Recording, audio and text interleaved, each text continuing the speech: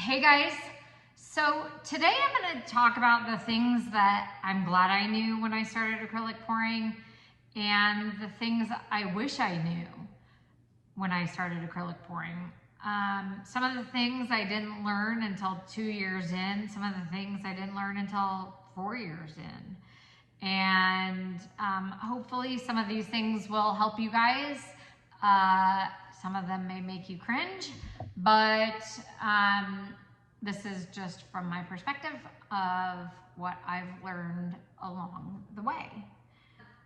So the first thing that I'm glad I knew when I started acrylic pouring is color theory. I'm glad I knew marketing being in printing. I knew marketing, I knew colors, I knew what colors went together, I knew the color wheel, I knew from a marketing standpoint what colors go well together and are pleasing to the eye. And I think that's one of the most important things for me as an acrylic pourer is picking the right colors that go together and they look good together and they don't make mud. So if you think about it, I just pulled like a couple examples, and this is, make no mistake, these companies have been around forever, and it's interesting once I started pulling things about how often red, yellow, green, and blue, right? Red, yellow, green, and blue. Red, yellow, green. Yellow, green.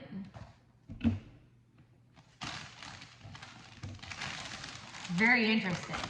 Yellow, red. Yellow, orange, blue.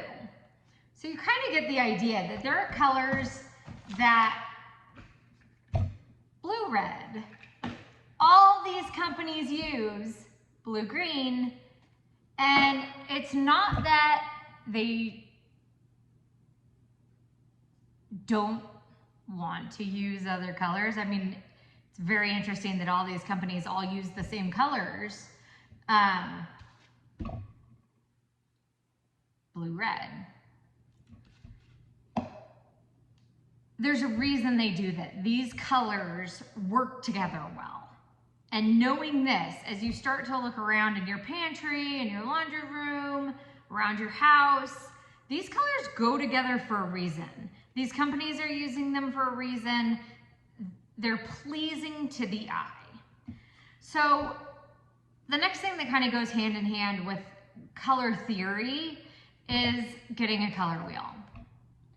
I had this color wheel. I don't even know where I got it from, to be honest. But I had it in all my acrylic painting stuff. And it's a great one. It gives you all the colors, and then it shows you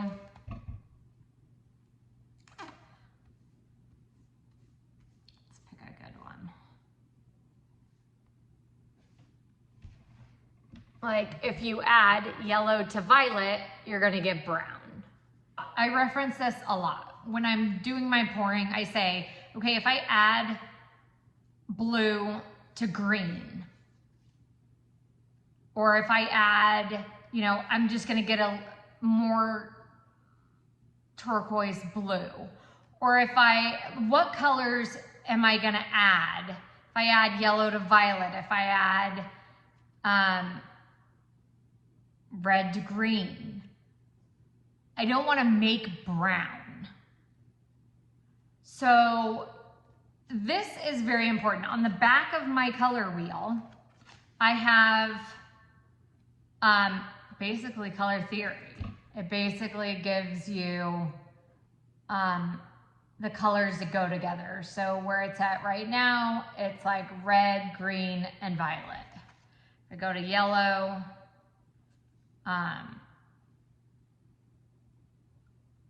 The complementary color across from yellow is purple. Complementary color across from orange is blue. So red is green. So this is why these companies use these colors. Green, red, orange, blue. I'm trying to look into the screen to do this. This is very, very important. And so you can use this and say, okay, I'm going to do split complementary colors. I'm going to do a triad. I'm going to do a tetrad. I'm going to pick 4 colors. I'm going to pick 3 colors. And then you look at the color wheel and you decide what 3 colors are pleasing. I mean, or you could just kind of go monochromatic with all blues. And then you could use however many you want, because blues mixing just make more blues. So this, you guys, is probably my #1 thing that I would say I'm glad I knew when I started. The second thing that I'm glad I knew that kind of goes hand in hand with this as well is less is more. I know I say that a lot in my videos, but it's true. You don't need 6 colors in your pour, I promise. They'll mix together and make 72. You don't need to put 6 in your cup. You don't need to put every color of the rainbow in your cup because you're gonna get brown. Now there are some cases where that doesn't work. I did a painting when I very first started, and it actually turned out very interesting that I had every color in the spectrum on my canvas, but I don't think I could reproduce that ever in a million years. And anytime I've tried, I've just gotten mud. So I don't know what was happening that day.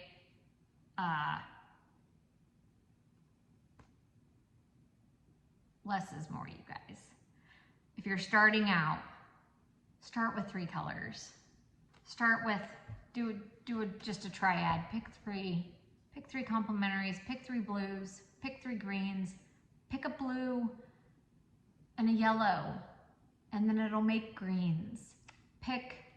Don't jump in and try to mix reds and greens and oranges and blues, and it's dangerous. I mean, you'll get what you get, but if you're starting out, start small, start easy, start with something that you'll like the end result of what you do.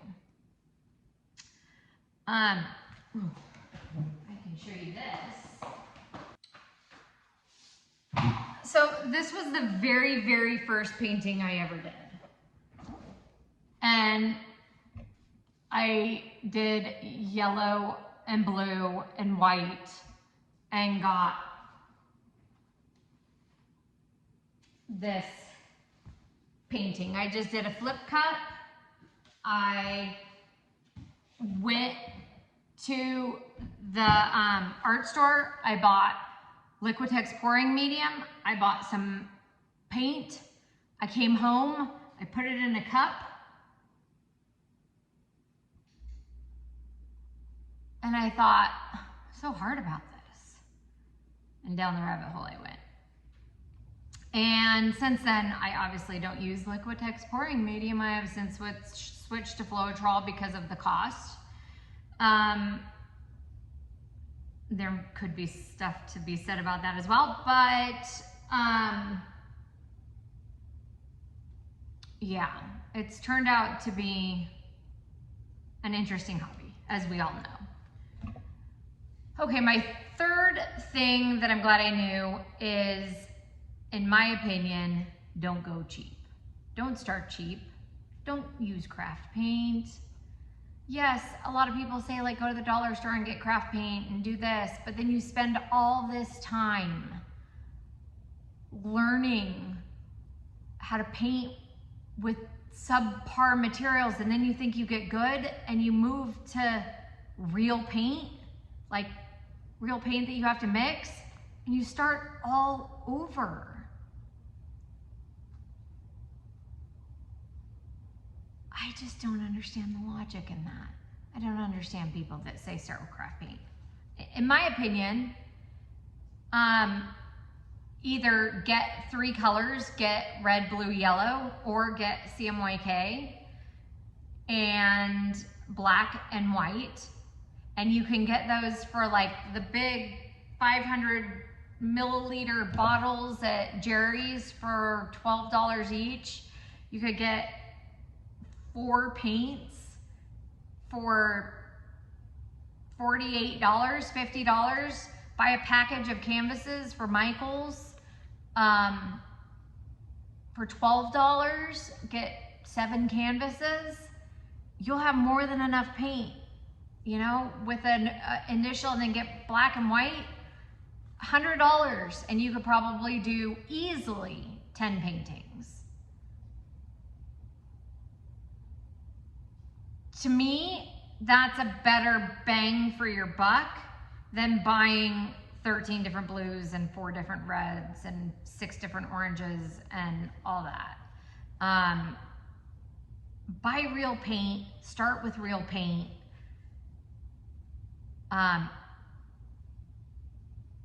Learn with real paint. Otherwise, I feel like down the road, when you switch, it just becomes more difficult because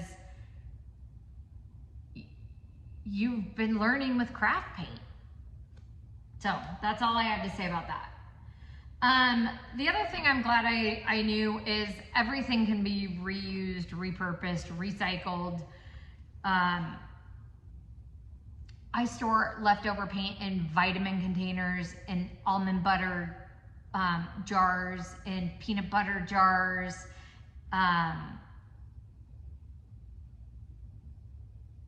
feta cheese,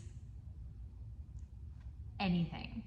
Anything that has a lid and a seal tight lid, I put my extra paint in it. I don't need 92 squirt bottles.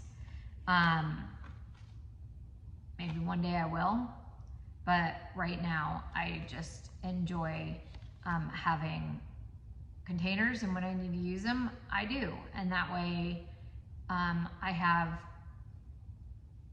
a couple rogue containers of blue and green and reds and oranges, and that's it. The other thing that I've learned, well, piggybacking onto that, one of the things I've learned along the way is even if you create a new green, just mix it in with the old green. You don't need 17 containers of green in your cupboard already pre-mixed. Just mix them together and then you have a brand new green. If I have metallics left over, I mix them in with my blues. I mix them in with my reds, silver with red, copper with red, silver with blue. And it creates these really metallic-y colors that are beautiful, that have kind of a shimmer. I was storing paint, like keeping them in the little containers that I would mix them in and put saran wrap over them and a rubber band and blah, blah, blah. The paint would just dry. Like by the time I used it again, I never actually used any of those. So that's something I did learn along the way is after I'm done painting, and my paint dries the next day, if I don't need to do any touch-ups, I just put all those colors in another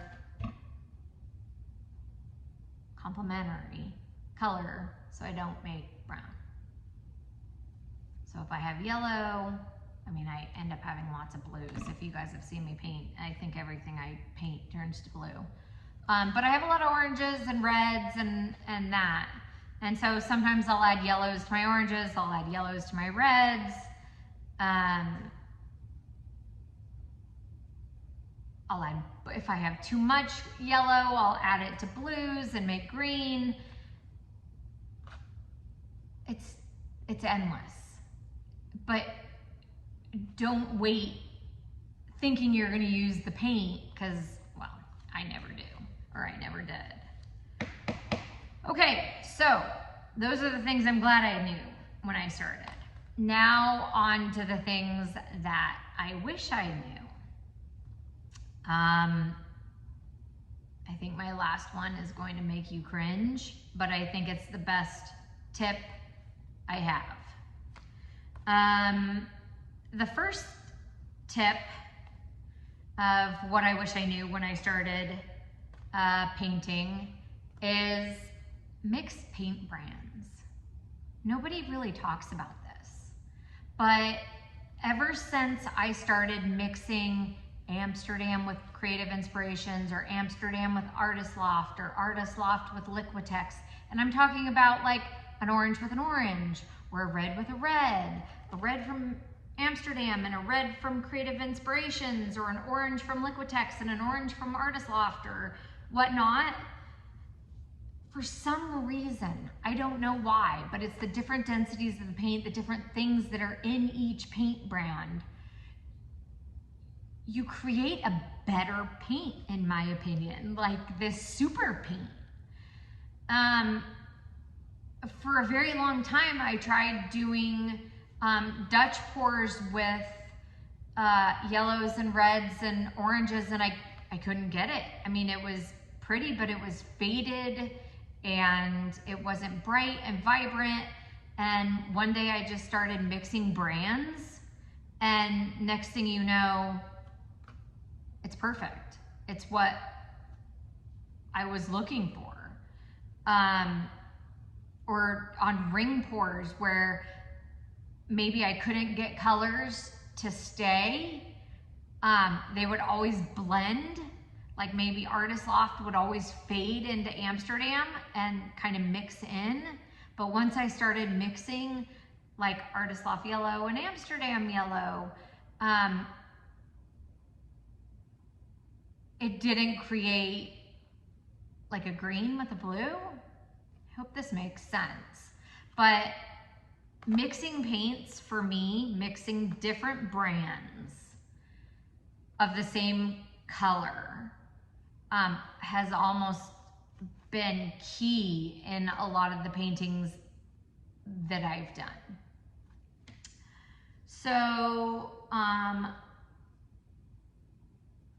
the next thing is check, nobody talks about this either, check Jerry's for paint, check Dick Blick, check Michael's for sales. All of these websites have amazing holiday sales, and if you time it right, you could get run off with a ton of paint and free shipping. When I first started, I didn't know about Jerry's. I knew about Dick Blick, but I don't know why I never went to their website, but I didn't. I was buying everything from Michael's. They're expensive. I mean, when they have their sales, things make sense. You get a coupon, you have rewards, like it makes sense. But look at all your options on where you can get paint from, because sometimes the most expensive option might end up being the cheapest option during a holiday sale. At least that's what I found. Some of the best deals I've gotten, I think, like it was like 6 months ago, I got a huge tub of Amsterdam white from Jerry's for $50. It was like enough, it lasted me forever, literally forever. I've seen it since for $65. I think the normal price is $80. But if you time it right and you buy it when it's on sale and not necessarily when you need it, and you're forced to pay the higher prices, I feel like that's the way to go. So the next thing I wish I knew before I started painting is check your canvases before you leave the store. I did this video. I'm gonna break away for you and show you this video that I did in Michael's the other day. Yeah, take a look at this. You guys, people probably think I'm nuts, but check this out. When you go to buy canvases, do this.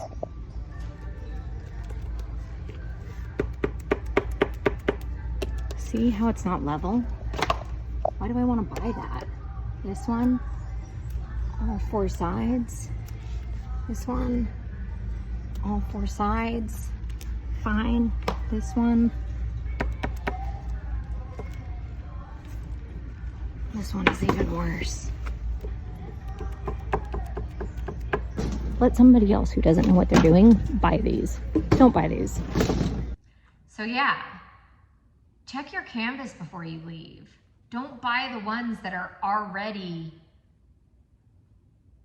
not level, that are already warped.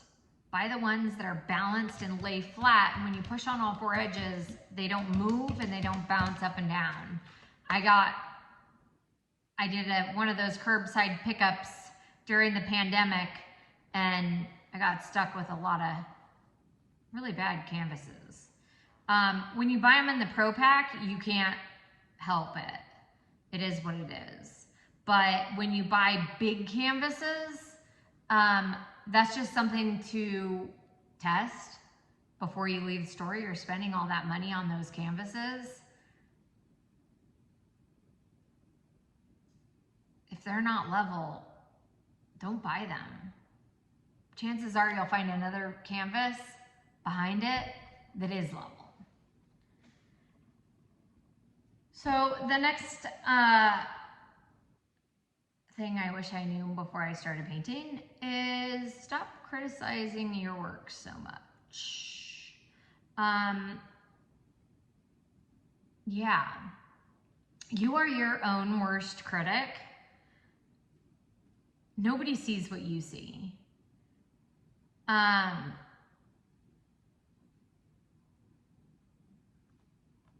would pick like little boogers out of my painting, and then it would dry and I could see like where it came out, and I would hate the painting. And then people would come over and be like, wait, why do you hate that? And I'm like, show me the flaw. There's a huge flaw in it, show it to me. And people would point out different things that I never even saw, and so I stopped doing that. Like, don't tell me what you see as a flaw, because now I'm hyper focused on everything you said too. But people don't notice what you notice. Everyone looks at art differently, and they're gonna see things, they're gonna see past what you did during the pour that you can't stop focusing on, that you're hyper focused on. Nobody's gonna know that happened, and nobody's gonna look for it unless you tell them. And then once you tell them, they're gonna be like, who cares? A lot of my paintings, I mean, even that I do now, I have friends text me being like, don't paint over that. I want that one. If you're gonna buy it, don't throw it away. Don't paint over it. Don't rip it off the edge and put a canvas over it. We are our worst critic. Stop. Stop. Your stuff is good. Get somebody else to come in and say it's awful before you throw it away, or before you give up on it, because chances are it's probably beautiful.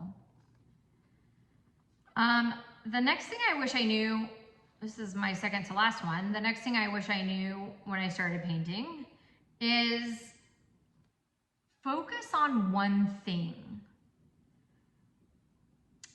Focus on doing a ribbon pour and do 5 or 6 of them and get good at it and mix your paints and get your consistencies right and do everything by the book and learn as you're going for that technique, and then move on to the next technique. When I started, I would watch 50 different YouTube videos and silicone and ribbon pours and colander pours and bottle pours, and I would just bounce around from thing to thing to thing to thing to thing, not really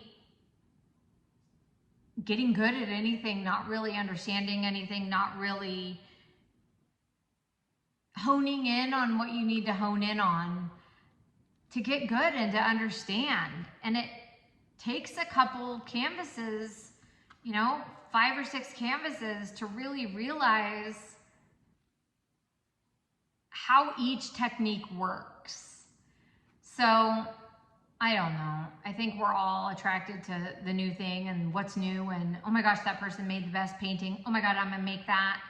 And we forget that we're learning, and maybe write a list of things you want to do.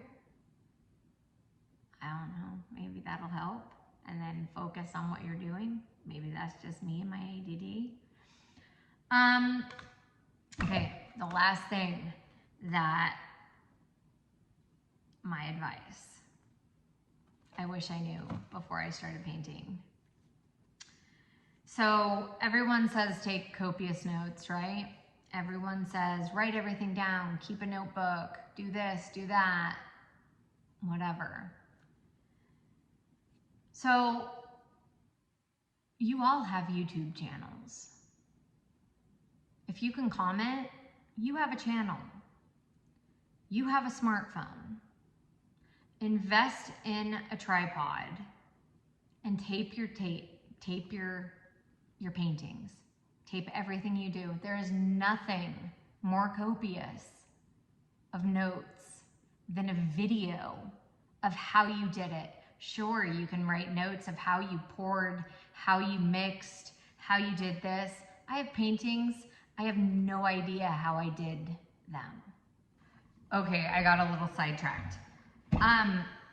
So you all have YouTube channels. You can all comment. You can all like or dislike. You can also upload videos. So if somebody had told me 4 years ago that I could upload my videos and make them private so no one else in the world could see them, I would have been uploading my videos 4 years ago. It's free. YouTube doesn't require you to publish your videos. So what an amazing free documentation, better than any notebook, better than any set of copious notes you can take.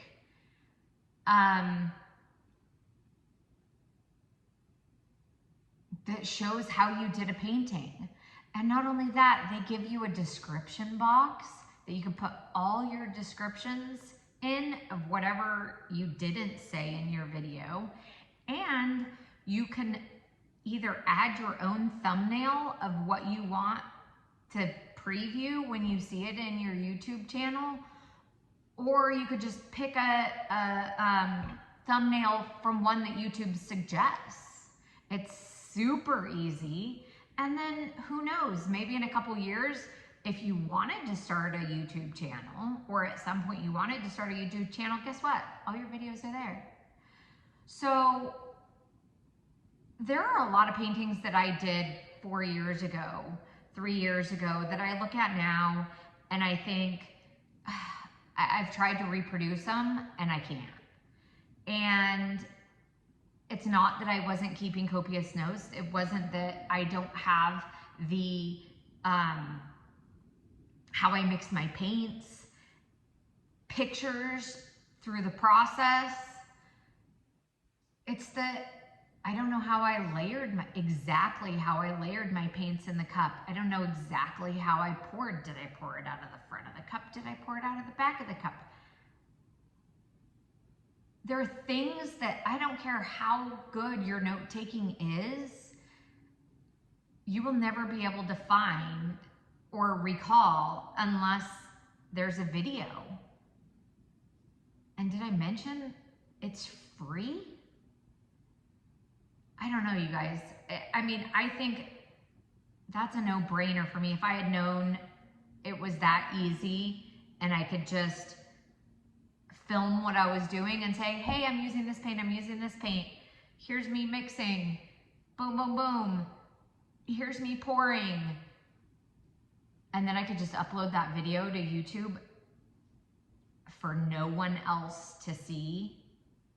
And also the nice thing is there's an option. You can make it public, you can make it private, semi-private, and you can make it completely private so nobody can find it.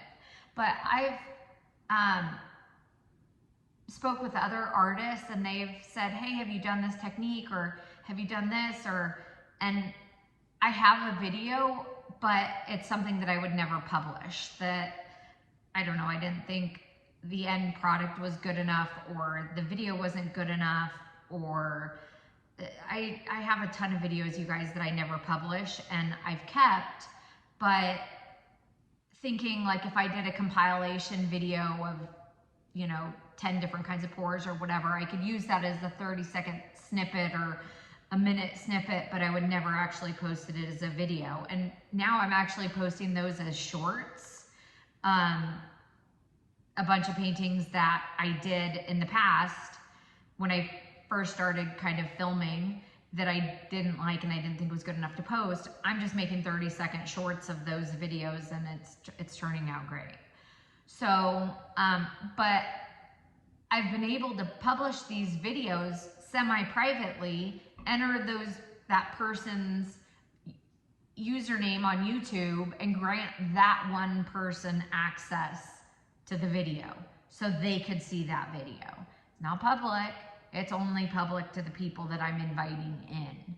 So it's a great way to collaborate, and I know it's cringy to think your stuff is up there, but if it's completely private, you're never gonna find a notebook or anything that's as good as a video, and you're never gonna find anything that's as free as YouTube. So I don't know, you guys. That's my number one tip. I hope you guys upload videos. Let me know in the comments what the things you're glad you knew when you started and what you've learned along the way. I feel like I've learned a lot from you guys. So I think if we like collaborate together, we'll all learn more. Everyone has such good ideas and such different ideas. It's amazing to me how much I've actually learned just starting a channel. I didn't anticipate getting this much feedback and learning this much from you guys, so thank you. And I hope that continues because you guys are all amazing. And yeah, let me know in the comments what you think. What the best things that you've learned from painting, your best tips, and we'll go from there. So thanks for watching, guys, and I will see you next time.